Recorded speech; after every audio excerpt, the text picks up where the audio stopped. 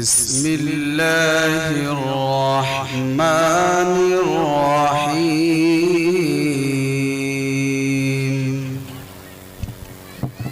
الحمد لله نحمده ونستعينه ونستغفره ونؤمن به ونتوكل عليه ونعوذ بالله من شرور أنفسنا ومن سيئات أعمالنا. من يهده الله فلا مضل له ومن يضلله فلا هادي له. ونشهد أن لا إله إلا الله وحده لا شريك له. ونشهد أن سيدنا وسندنا ومولانا محمدا عبده ورسوله. أعوذ بالله من الشيطان الرجيم. بسم الله الرحمن الرحيم. اقرأ باسم ربك الذي خلق. خلق الإنسان من علق. وقال النبي صلى الله عليه وسلم: خيركم من تعلم القرآن وعلمه، أو كما قال عليه الصلاة والسلام. اسٹیج پر بیٹھے موقر علماء کرام اور جلسہ گاہ میں موجود حاضرین و حاضرات، آج کا یہ پروگرام آپ کے سامنے تعلیمی بیداری اور تہذیب نسواں کے تعلق سے منعقد ہو رہا ہے. یہ دونوں عنوان وقت کی بہت بڑی ضرورت ہے اور ان دونوں عنوان کے ساتھ ہمارا اور آپ کا ربط ہونا ضروری ہے. جو قوم تعلیم سے ہٹ جاتی ہے اس قوم کا کوئی پرسان حال نہیں ہوتا، اور جب تعلیم نہیں ہوگی تو عورتوں کی تہذیب یا مردوں کی تہذیب یا ساری تہذیبیں ختم ہو جاتی. اللہ تبارک و تعالی نے ہم سب کو محمد رسول اللہ صلی اللہ علیہ وسلم کی امت میں پیدا فرمایا، اور جس نبی پر وہ قرآن آیا، جو قرآن ہماری زندگی کو بدلنے کے لیے آیا تھا، اس قرآن نے ہمیں کئی جگہوں پر باخبر کیا ہے. اور جب انسان کبر و غرور کی بنیاد پر، مال و دولت کی بنیاد پر، طاقت کی بنیاد پر تکبر کا اظہار کرتا ہے اور اللہ کو بھول جاتا ہے، تو اس وقت قرآن یاد دلاتا ہے کہ واللہ الذی اخرجکم من بطون امہاتکم لا تعلمون شیئا. لوگوں، تم اس وقت کو یاد کرو جب تم اپنی ماں کے پیٹ سے دنیا میں آئے تھے، تمہیں کسی چیز کا علم نہیں تھا، بلکہ انسان جب اس دنیا میں آتا ہے تو انسان ایک مرغی کے بچے سے زیادہ کمزور اور ایک چوہے کے بچے سے زیادہ بے وقوف ہوا کرتا ہے. آپ دیکھیں گے کہ ایک مرغی جب بچے کو پہلے دن لے کر باہر آتی ہے تو وہ مرغی کا بچہ پتھروں کو اٹھا کر نہیں کھاتا، وہ انہی خوراک کو کھاتا ہے جو اس کی خوراک ہے، وہ دوسری چیزوں کو نہیں کھاتا. اس کے برعکس انسان کے بچے کو 3 سال تک پتہ نہیں چلتا کہ میری خوراک کیا ہے. اس کی ماں اس کو دودھ پلائے اس کو بھی پی جائے گا، اس کو زہر پلائے اس کو بھی پی جائے گا. اس سے یہ اندازہ ہوتا ہے کہ انسان شروعاتی مرحلے میں مرغی کے بچے سے زیادہ کمزور ہوا کرتا ہے، اور پھر اللہ تبارک و تعالیٰ اس کو دھیرے دھیرے طاقت و قوت عنایت کرتا ہے، اور ایک مرحلے میں انسان جب بڑائی کا اظہار کرنے لگتا ہے، اللہ کو بھول جاتا ہے، تو اسی انسان کو اللہ کی طرف سے مخاطب کر کے کہا جاتا ہے لا تمشی فی الارض مرحا انک لن تخرق الارض ولن تبلغ الجبال طولا. اے انسانوں، تم کہاں جا رہے ہو؟ تم بلندی پر، آسمان پر یا چوٹی پر، پہاڑوں پر نہیں چڑھ سکتے. سکتے اور تم زمین کو نہیں پھاڑ سکتے، تم اپنی حیثیت کو بھول کر تم کہاں جا رہے ہو؟ یا ایھا الانسان ما غرک بربک الکریم، لوگوں اپنے رب کو کیسے بھول گئے جس اللہ نے تم کو بولنا سکھایا، جس اللہ نے تم کو چلنا سکھایا، جس اللہ نے تم کو طاقت دی، آج اس اللہ کو بھول کر کس دنیا میں چلے گئے؟ وہی قرآن کہتا ہے اقرأ باسم ربک الذی خلق، لوگوں اپنے پڑھنے کی شروعات اللہ کے نام سے کرو۔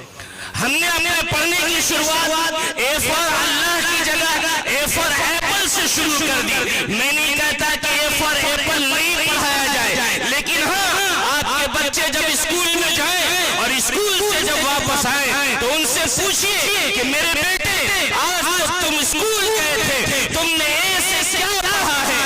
اگر وہ اے سے ایپل بتاتا ہے اس کو بتائیے یہ صحیح ہے، لیکن اس کو یہ بھی بتائیے کہ اے سے اللہ بھی ہوتا ہے بیٹے۔ اگر اللہ کو یاد کرے گا تو اللہ کے بعد ایپل ہے جو مخلوق ہے، پہلے خالق کا حق ادا کرے گا۔ جب خالق کی بات ذہن میں آئے گی تو اللہ کا تصور اس کے دماغ میں پیدا ہوگا، اور جب اللہ کا تصور تیرے دماغ میں پیدا ہوگا تو پھر وہ اللہ کی وحدانیت کا منکر نہیں ہو سکتا۔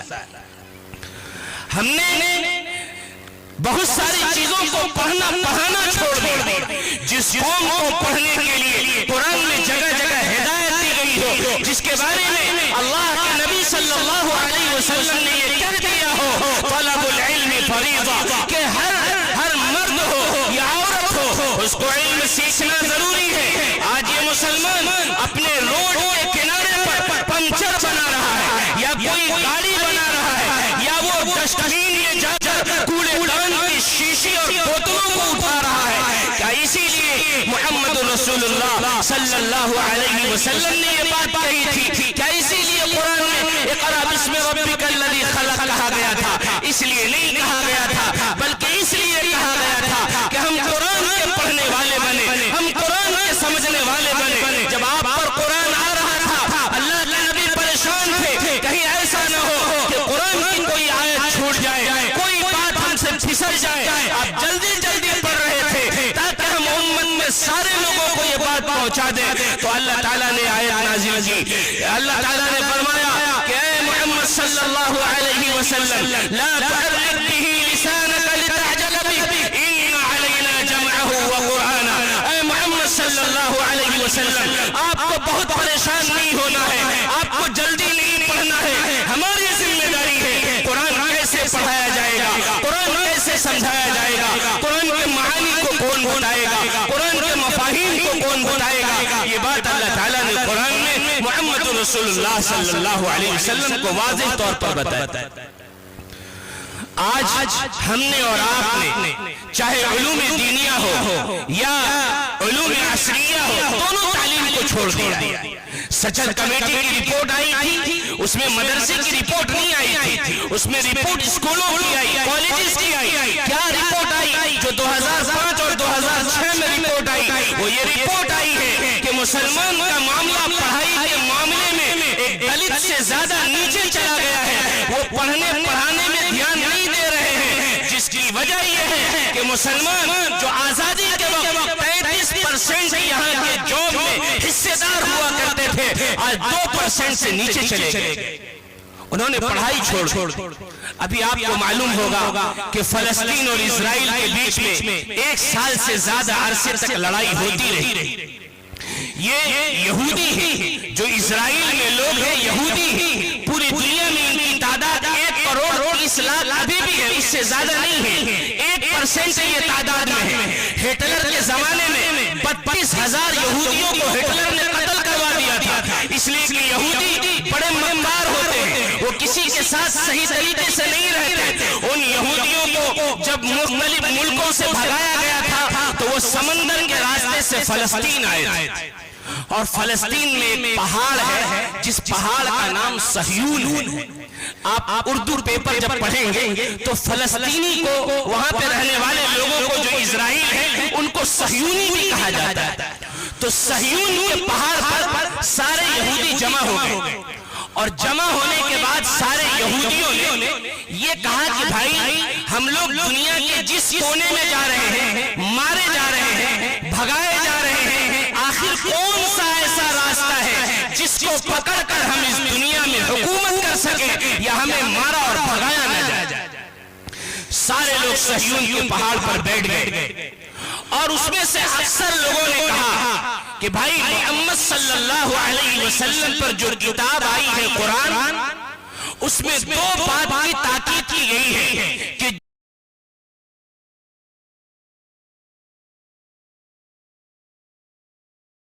اور نمبر 2 پر قلم ہے۔ کتاب اور قلم، ان دو چیزوں کو جو مضبوطی سے پکڑ لے گا وہ کامیاب ہو جائے گا۔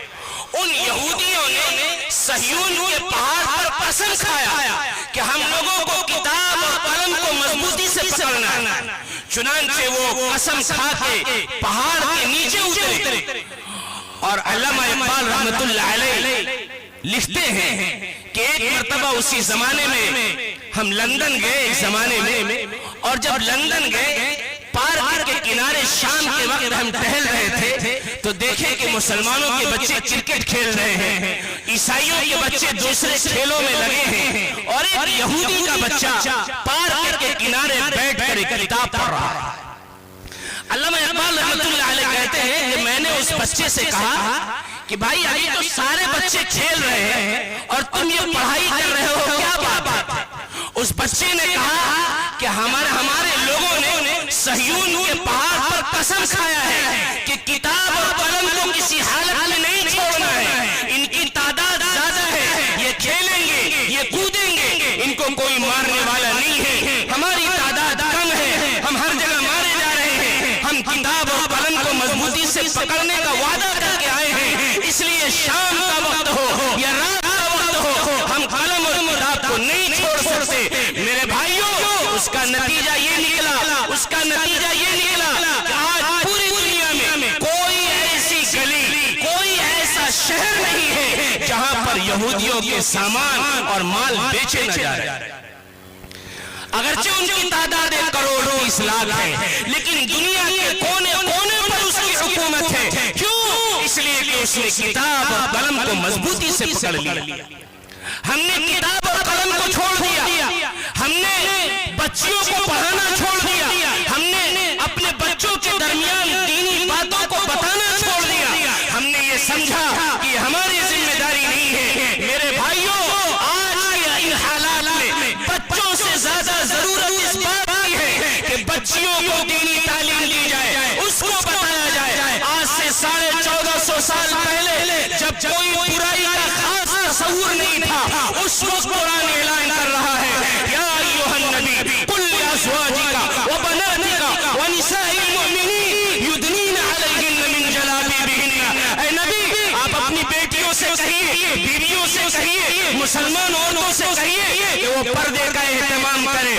آج جو یہاں بوڑھے پرانے لوگ بیٹھے ہیں، آج سے 25-30 سال پہلے تک 7 سال اور 8 سال کی بچیاں ایسے گھوما کرتی تھی، لیکن آج کے ان حالات میں 4 سال کی بچیاں محفوظ نہیں ہیں، 3 سال کی بچیاں محفوظ نہیں ہیں۔ یہ اس لیے کہ انہوں نے قرآنی تعلیمات کو چھوڑ دیا، بے حیائی بڑھتی چلی گئی، عریانیت بڑھتی چلی گئی، ان کو نہیں پتا چلا کہ اسلام کیا کہتا ہے۔ ہاں، اسلام یہی کہتا ہے وَقَرْنَ فِي بُيُوتِكُنَّ وَلَا تَبَرَّجْنَ تَبَرُّجَ الْجَاهِلِيَّةِ الْأُولَىٰ۔ او مسلمان ماؤں، اے مسلمان بہنوں، اپنے گھروں میں رہو، اپنے گھروں میں رہو، وہاں دین کا کام کرو، وہاں دین کی نشر و اشاعت کا کام کرو، اپنی آبادی میں، اپنی ٹولی میں پیغام پہنچاؤ۔ جس طرح مردوں پر نماز پڑھنا ضروری ہے، عورتوں پر بھی ضروری ہے، جس طرح ان کو روزہ رکھنا ضروری ہے، ایسے ان کو روزہ رکھنا ضروری ہے۔ جو مسائل ان کے ساتھ جڑے ہیں وہ مسائل عورتوں کے ساتھ جڑے ہیں۔ کیوں عورتوں کو تعلیم سے محروم کر دیا گیا؟ ہاں، ان کو تعلیم میں آگے لائیے، پردے کے ساتھ لائیے، اور ان کو کھڑا کیجیے، میدان میں کھڑا کیجیے کہ وہ تبلیغ کرے۔ اور کون سی تبلیغ کرے؟ تبلیغ کرے ماں بہنوں، اگر تمہاری شادی کے بعد تم کو فاقہ کی نوبت بھی آ جائے، شوہر کی شکایت نہ کرو، اپنے سسرال کی شکایت نہ کرو، اپنے گھر کی شکایت نہ کرو، پیٹ پہ پتھر باندھ کر رہ جاؤ اور پیغام دو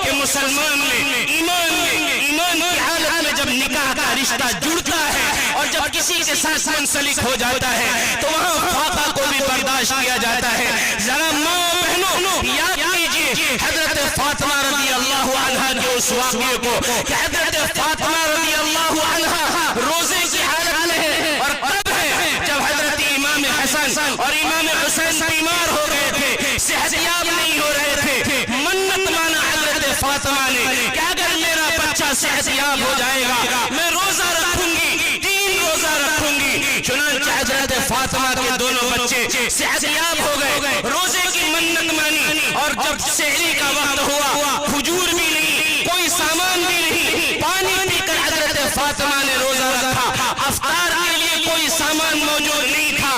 حضرت فاطمہ نے علی سے کہا, علی آپ باہر چلے جائیے گا, میں اپنے گھر کے بغل میں اپنے پڑوسن کے یہاں جاؤں گی, وہاں 3 گھر مزدوری کروں گی اور مجھے جو آٹا ملے گا اس سے روٹی بناؤں گی اور پھر افطار اس سے کر لوں گی. میرے بھائیوں, میری ماں, میری بہنوں, ذرا واقعہ تو یاد کیجئے کہ وہ بھوکے رہ کر سحری کر لے رہی ہے, پانی پی کر سحری کر لے رہی ہے, دن بھر روزہ ہے, دن بھر مزدوری کر رہی ہے. شام میں آئی, 2 روٹی بنا کر جب افطار پر بیٹھی ہے, حضرت علی بھی بیٹھے ہیں اور حضرت فاطمہ بھی بیٹھی ہے. دروازے پر ایک شخص آیا اور کہنے لگا کہ او گھر کے لوگوں, ہم نے کھانا نہیں کھایا ہے, ہم مسکین ہیں, ہم محتاج ہیں, ہم کو کھانا نہیں ملا. حضرت فاطمہ نے اسی حالت میں دن بھر روزہ رکھ کر وہ 2 روٹی تھی, وہ دونوں روٹی اس مسکین کے حوالے کر دی.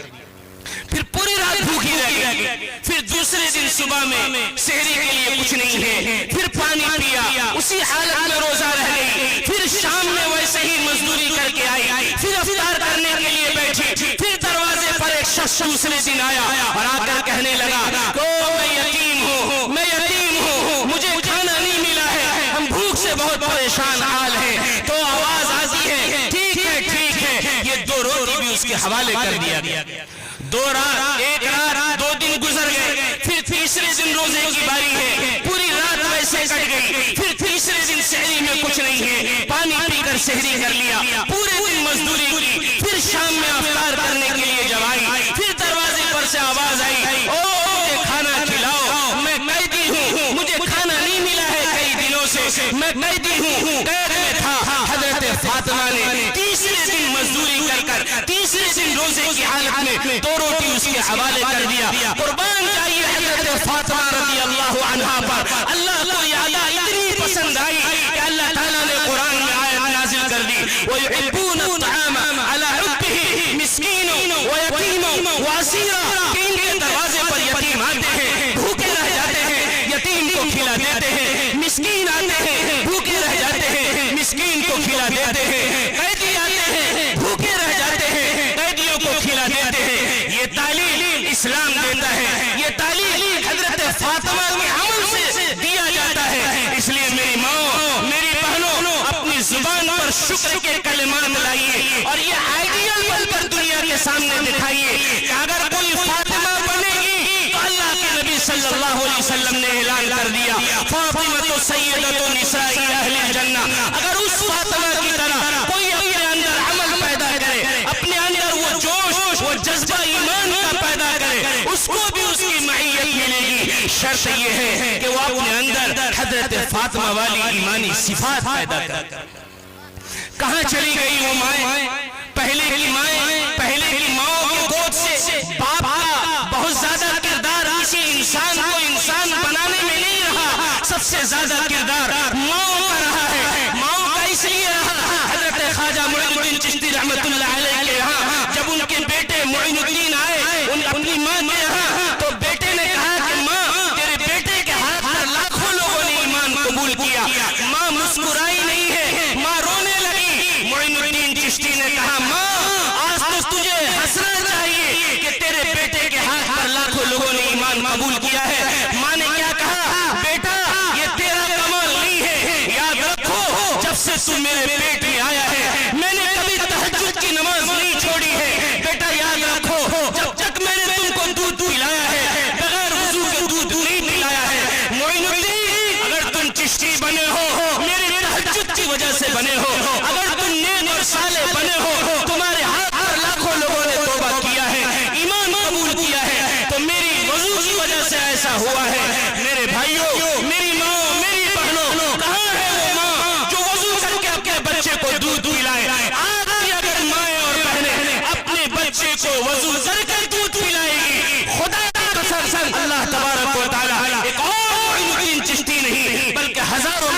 چشتی رحمت اللہ علیہ کو پیدا کرے. نبیوں کا سلسلہ بند ہوا ہے, ولیوں کا سلسلہ بند نہیں ہوا. جگر رکھنا ہوگا. آپ تو خوش نصیب ہیں کہ آپ کے بغل میں یہ بنات کھلا ہے. آپ اپنی بچیوں کو وہاں بھیجیے. آج کے حالات ہیں کہ اگر ہم لوگ عمارت شریعہ کے دفتر میں تھوڑی دیر بیٹھ جاتے ہیں تو اندازہ ہوتا ہے کہ اگر 100% نکاح ہو رہا ہے تو 50% سے زیادہ شادیاں 6 مہینے اور 1 سال کے بعد ٹوٹ جا رہی ہیں. یا تو طلاق ہو جا رہا ہے یا تو خلا ہو جا رہا ہے. کیوں؟ اس لیے کہ ان بچیوں کے پاس دین نہیں ہے, ان بچوں کے پاس دین نہیں ہے. ان کو نہیں معلوم کہ عورتوں کے حقوق کیا ہیں, عورت کو نہیں معلوم مرد کے حقوق کیا ہیں. جب تک ایک دوسرے کے حقوق کا علم نہیں ہوگا تب تک خاندانی نظام صحیح طریقے سے یا رشتہ ازدواج کا جو نظام ہے وہ صحیح طریقے سے نہیں چل سکتا ہے. جگر باندھیے. ابھی 2 دن پہلے پروگرام میں گئے, وہاں کا ہم نے دیکھا وہ بھی بنات کے پروگرام میں وہاں کا بھی نظام یہی کہ آپ اپنے بچی کو اگر بھیجتے ہیں تو آپ صرف سال میں 2 بار لائیے. آپ اگر اپنی بچی کو اس ادارے میں بھیج رہے ہیں تو اس ارادے کے ساتھ بھیجیے کہ ہاں میری بچی جائے گی. جب کوئی خاص چھٹی ہوگی ادارے کی طرف سے تب ہم بھیجیں گے, ورنہ ہم کو لانے کی ضرورت نہیں ہے. شادی ہو, بیاہ ہو, کوئی مر جائے کوئی جی جائے, اس سے مطلب نہیں ہے. کیا آپ کو معلوم نہیں ہے خواجہ قطب الدین بختیار کاکی رحمت اللہ علیہ اور اسی طریقے سے اور بھی بہت سارے لوگ اس دنیا میں ولیوں کی جب لسٹ میں آپ آئیں گے تو بہت سارے لوگ ایسے ملیں گے کہ جن کو ان کی ماں نے یا ان کے باپ نے بہت دنوں کے لیے مدرسے کے حوالے کر دیا, اللہ والے کے حوالے کر دیا, اور نتیجہ یہ نکلا کہ وہ اپنے زمانے کے بڑے بزرگ بن کر اس دنیا میں دنیا کے مختلف کونوں میں گئے.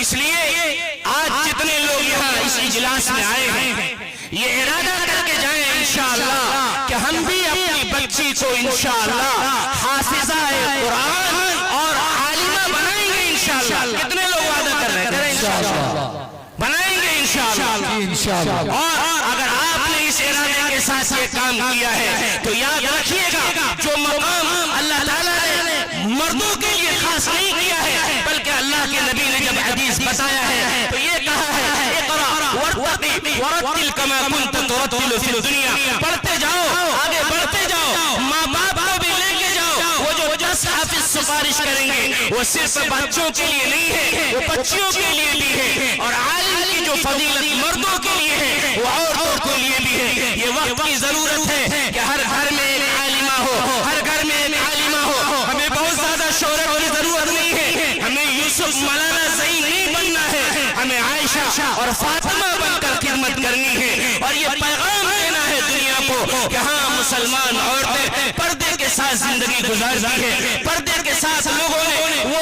کارنامہ انجام دیا اور دنیا کے سامنے وہ چیزیں پیش کی ہیں کہ اگر آپ تاریخ کو پڑھیں گے تو اندازہ ہو جائے گا کہ ان لوگوں نے, عورتوں نے بھی اس کے لیے کیا قربانیاں پیش کی. کیا دین اسلام کو آگے بڑھانے میں صرف مردوں نے قتال کیا, صرف مردوں نے جہاد کیا؟ ایسا معاملہ ہرگز نہیں ہے, بلکہ عورتیں بھی آئی ہیں. وہ اگرچہ مرہم پٹی کے لیے آئی ہو لیکن عورتیں بھی آئی اور قرآن کو پھیلانے میں, دین اسلام کو پھیلانے میں اور مردوں کے ساتھ ساتھ عورتوں کا بھی خاصا کردار رہا. اس لیے آج کا جو یہ اجلاس تعلیمی بیداری عورتوں کے تعلق سے خاص طور سے رکھا گیا ہے, جو تہذیب نسواں ہے, ہم اپنی ماں اور بہنوں سے کہیں گے کہ آپ ایک جماعت بنائیے, ایک تنظیم بنائیے. اور آپ یہاں جب یہ مدرسہ کھلا ہے یہاں عالمہ بھی پڑھ رہی ہے, پڑھانے والی بھی عالمہ ہے, آپ ان سے وقت مانگیے اور ہفتے میں ایک دن متعین کیجیے اور ان سے جا کر سیکھیے. بہت ساری عورتیں ایسی ہیں جس کی عمر چلی گئی ہے, وہ زندگی پر نہاتی رہی, اس کا غسل نہیں ہوا, اس کو غسل کا طریقہ نہیں معلوم, وضو کا طریقہ نہیں معلوم. بہت ساری چیزیں دین کے مسائل ایسے رہ گئے کہ اس کی پوری زندگی کٹ گئی ہے, اس کو صحیح مسئلہ معلوم نہیں ہو سکا ہے. آخر ان عورتوں کو کون بتائے گا, ان کو صحیح جانکاری کون دے گا؟ وہ اس وقت ہو سکے گا جب اس طرح کے بنات کھلیں گے, جب اس طرح کے بچیوں کے لیے تعلیمی ادارے کھلیں گے. اور یہاں سے جب پیغام جائے گا تو پیغام جائے گا یا ایھا الذین آمنوا ادخلوا فی السلم کافہ کہ آ جاؤ پوری طرح اسلام میں داخل ہو جاؤ. ایسا نہ ہو کہ عورتیں اپنے گھر میں ایمان والی بن کر رہے, بازار جائے تو ایمان ختم ہو جائے, بازار جائے تو ایمان ختم ہو جائے. ایسا نہ ہو بلکہ گھر میں بھی ایمان محفوظ رہے, بازار میں بھی ایمان محفوظ رہے,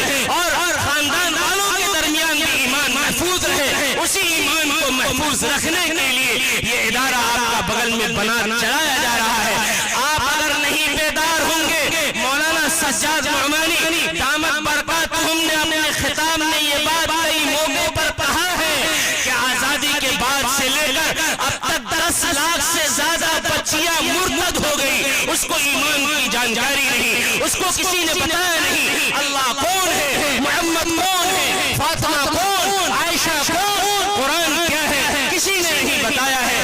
10 لاکھ سے زیادہ بچیاں مرتد ہو گئی, ان کو پتہ نہیں چلا کہ ہمیں کیا کرنا چاہیے. وہ دوسری چیزوں کے چکر میں آ کر پھنس گئی, اس کا ایمان ختم ہو گیا. بوڑھا باپ روتا رہا, ماں روتی رہی, کتنی ماں نے خودکشی کر لی, کتنے باپ نے خودکشی کر لی ہے. لیکن میرے بھائیوں, خودکشی اس کا علاج نہیں ہے. اس کا علاج یہ ہے کہ بچیوں کو دینی تعلیم سے آراستہ کیا جائے, اس کو سنوارا جائے, اس کو تیار کیا جائے. اور یہ بغل میں جہاں کہیں آپ کو بنات والے ادارے اس وقت نظر آ رہے ہیں, اپنی بچیوں کو وہاں بھیج کر اس کے ایمان کو محفوظ رکھنے کی جو علماء کرام ایک بیڑا اٹھائے ہوئے ہیں, اس میں آپ بھی سر جوڑ کر آگے آئیے. بچیوں کو بھیج کر مالی تعاون کر کے اور ایک دوسرے کو اہمیت دلا کر اس میں جوڑنے کی کوشش کیجیے. یہ وقت کی ضرورت ہے تاکہ بچیاں ارتداد کے ماحول سے بچائی جا سکے. اللہ تبارک و تعالی ہم سب سے اور پوری امت مسلمہ کی حفاظت فرمائے. وآخر دعوانا الحمدللہ رب العالمین.